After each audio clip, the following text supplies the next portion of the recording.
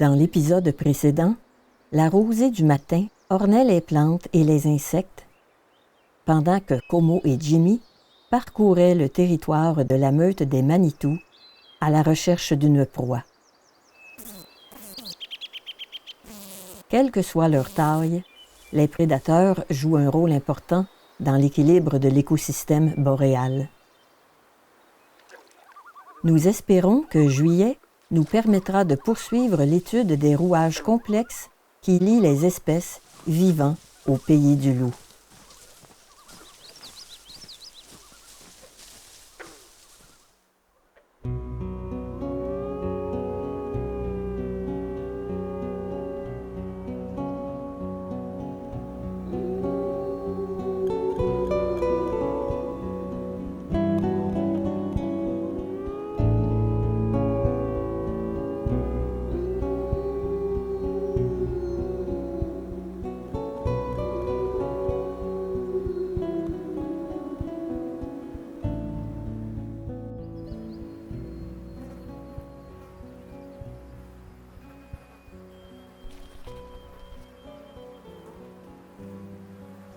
Après les mouches noires du début de juin, la faune affronte une nouvelle épreuve.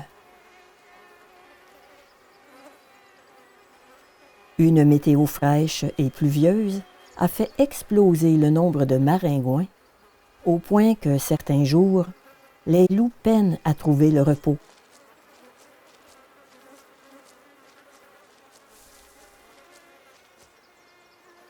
On s'en tire bien avec nos voilettes, mais ce n'est pas le cas de nos amis.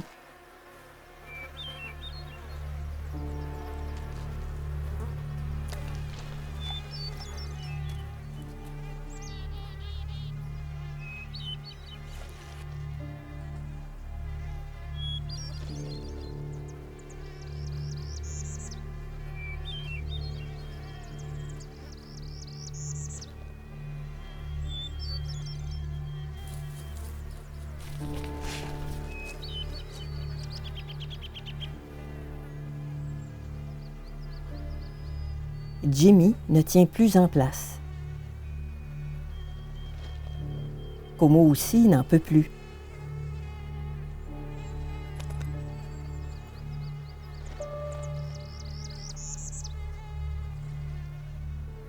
La session de tournage de ce matin sera brève. Les loups partent à la recherche d'un abri, là où il nous est impossible de les suivre. La calamité des moustiques afflige autant les petits animaux que les grands. Elle n'épargne pas non plus certains oiseaux. Depuis quelques jours, Reynald documente la nidification d'un couple de faucons émerions dont les rejetons sont particulièrement incommodés.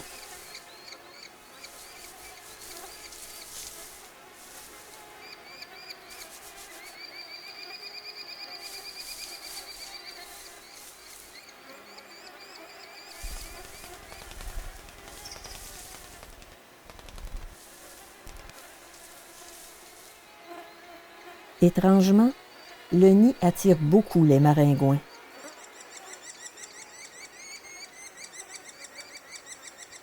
Les parents n'y peuvent rien. Seul du vent, à la cime de l'épinette, pourrait chasser les légions de diptères.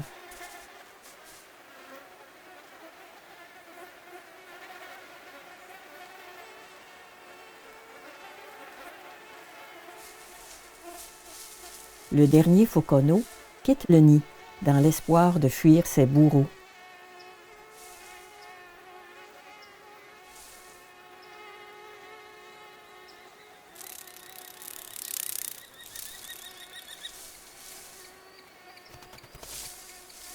Le père revient avec une proie. Les 5 fauconneaux réclament aussitôt leur part.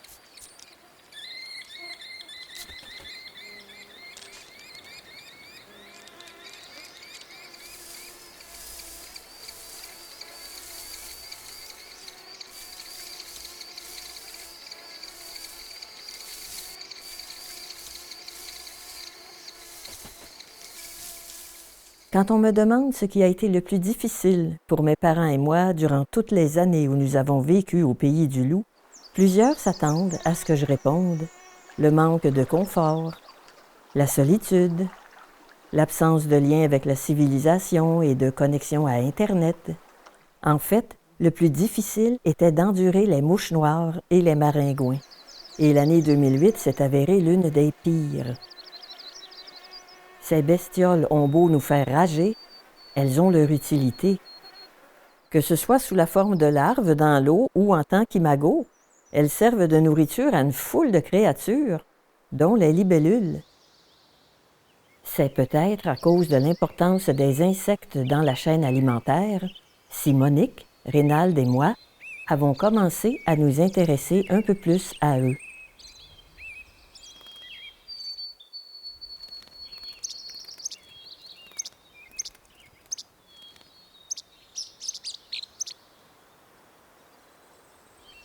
Les oisillons moucherolles grandissent si vite que leurs parents doivent augmenter la cadence des béquets.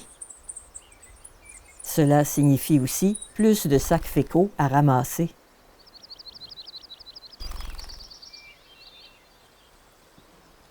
Les insectes dotés d'un exosquelette particulièrement dur, comme ce joli calligraphe, figurent au menu des oiseaux.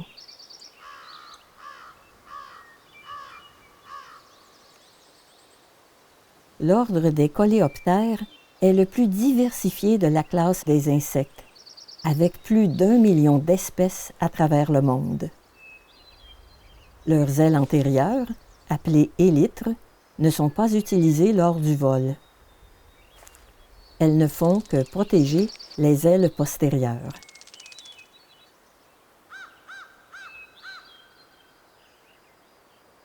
Les araignées attrapent un grand nombre de moustiques. Celle-ci emprisonne sa proie, qu'elle pourra manger plus tard.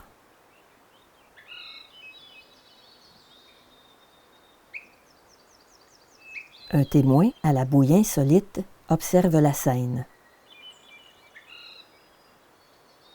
Une panorpe, aussi appelée mouche scorpion.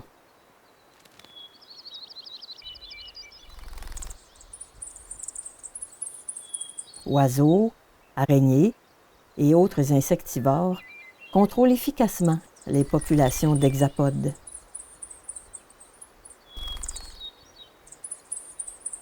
Je ne suis pas une grande fan des araignées, mais j'avoue avoir un faible pour les tomises.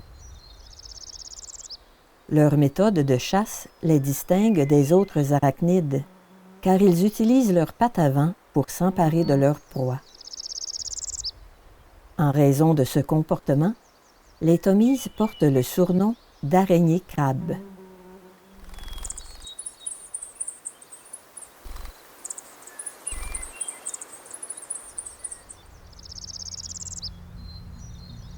Cette mouche taquinaire s'approche dangereusement du tomise.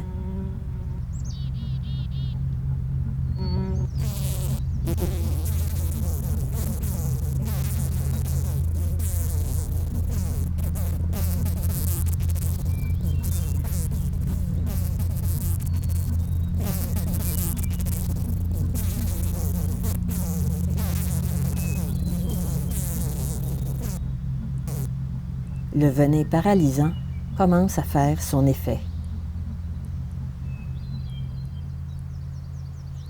Quelques instants plus tard, le tomise peut disposer de sa proie.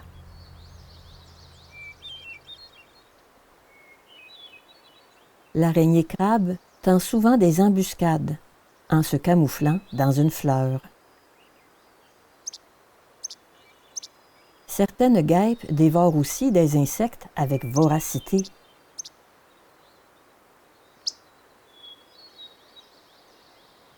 Et soudain, tel est pris qui croyait prendre. Ainsi va la vie au pays du loup en ce commencement de juillet.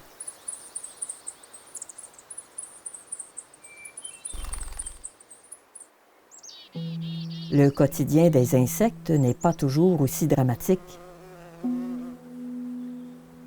À preuve, les journées que plusieurs d'entre eux passent à festoyer dans le cœur des fleurs.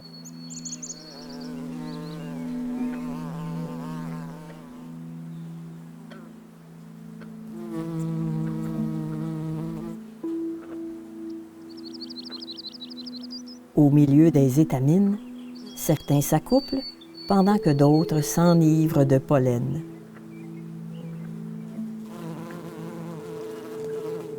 Bienvenue au royaume des épicuriens.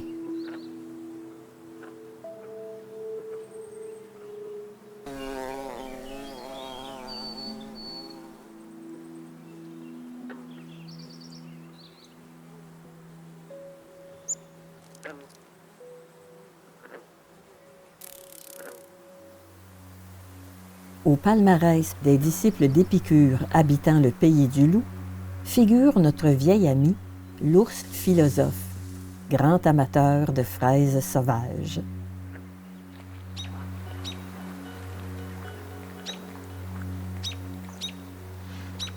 Sa quête gourmande la conduit sur la rive du lac sans nom.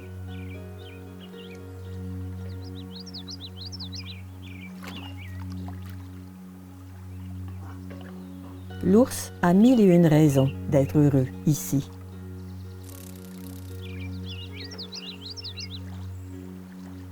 Ce mignon petit animal est un inoffensif scarabée des marguerites. Friand de pollen, il intimide son entourage par sa ressemblance avec une abeille ou un bourdon.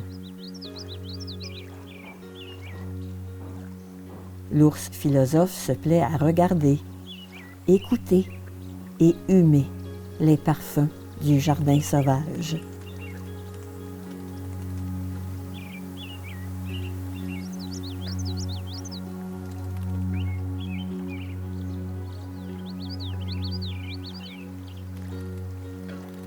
La journée s'écoule doucement, dans une chaude lumière, un battement d'ailes à la fois.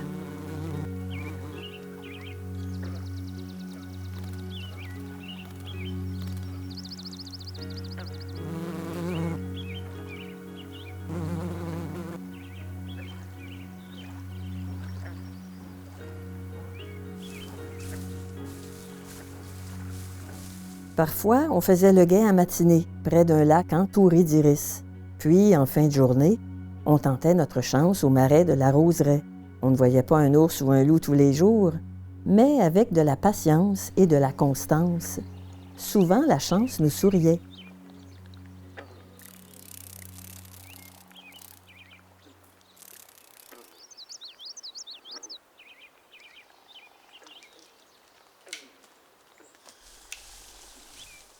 Jimmy est de passage à la Roseraie.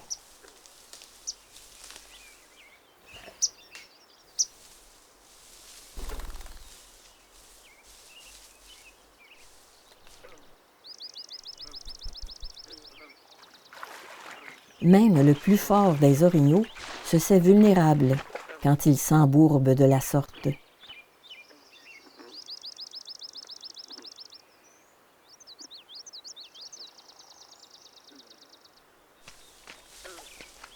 Le roi aurait pu continuer à se nourrir de plantes aquatiques, car le loup n'a pas envie de le poursuivre.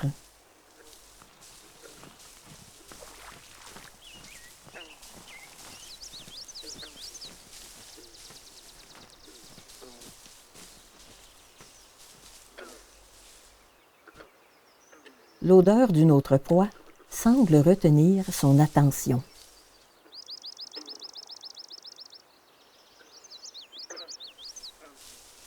Maintenant qu'une bonne distance le sépare de Jimmy, l'orignal se sent rassuré.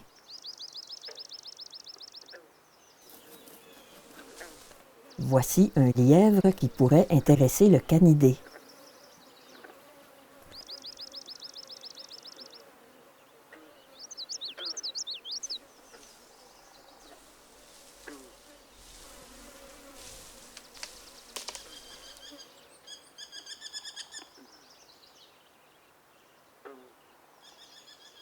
Dans la forêt, Sur l'autre rive, l'émerillon apporte sa nouvelle capture à ses fauconneaux.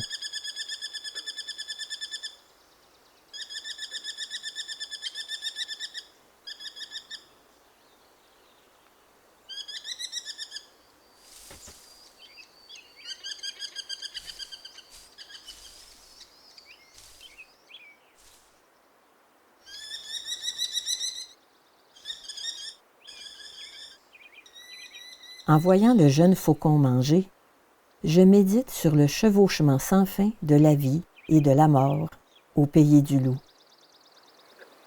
Ce croisement insolite engendre l'équilibre. De lui dépendent l'avenir et la libre évolution du vivant, la survie même du monde sauvage. Tout, absolument tout est lié. Les iris et les odonates dépendent de ce marais. Et ce marais n'existerait pas sans les castors.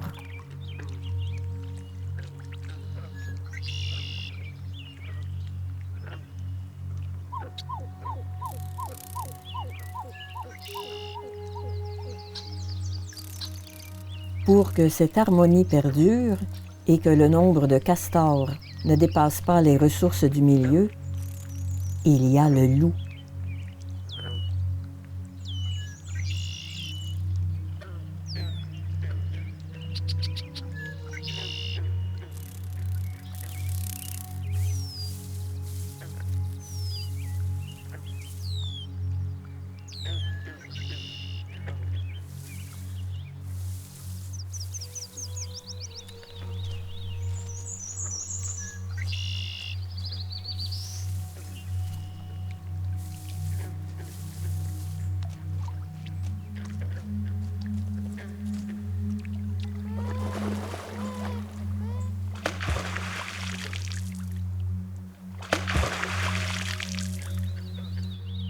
Ce soir, un castor du lac des Iris manque à l'appel.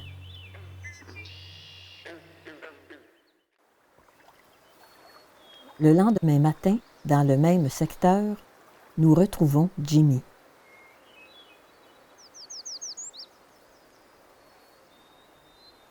En y prêtant attention, je remarque une certaine ressemblance entre cette petite araignée sauteuse et le loup.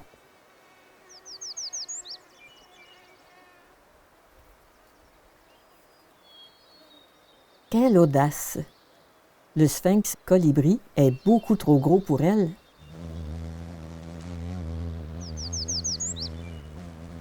Les épervières attirent un grand nombre de butineurs, dont le plus illustre est le papillon monarque. Encore une fois, je suis subjuguée par l'harmonie des couleurs entre les lépidoptères et les fleurs qu'il visite. Le sphinx colibri doit son nom au fait qu'il butine en vol, à la manière d'un oiseau-mouche. La trompe de ce papillon est relativement longue, parfaitement adaptée à sa façon particulière de se nourrir. Contrairement à la majorité des lépidoptères, une partie des ailes du sphinx colibri est transparente, dépourvue des écailles qui donnent aux papillons tigrés et à l'argine cybèle leur couleur vive. La nature nous enchante par sa beauté, en même temps qu'elle nous bouleverse avec ses lois implacables. Pour comprendre et protéger le monde sauvage, il faut l'embrasser tel qu'il est, reconnaître et respecter ses compétences à se gérer lui-même. Dans le prochain épisode, les ours partageront la vedette avec les loups. Nous aurons la chance d'observer des rencontres parfois tendues entre ces animaux. Tout cela et plus encore à découvrir au Pays du Loup.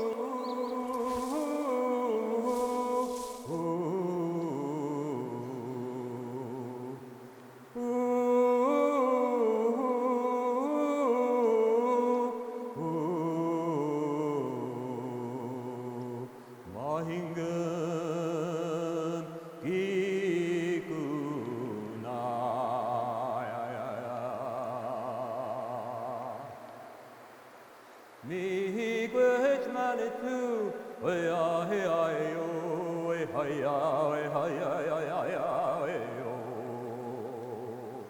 Then again, my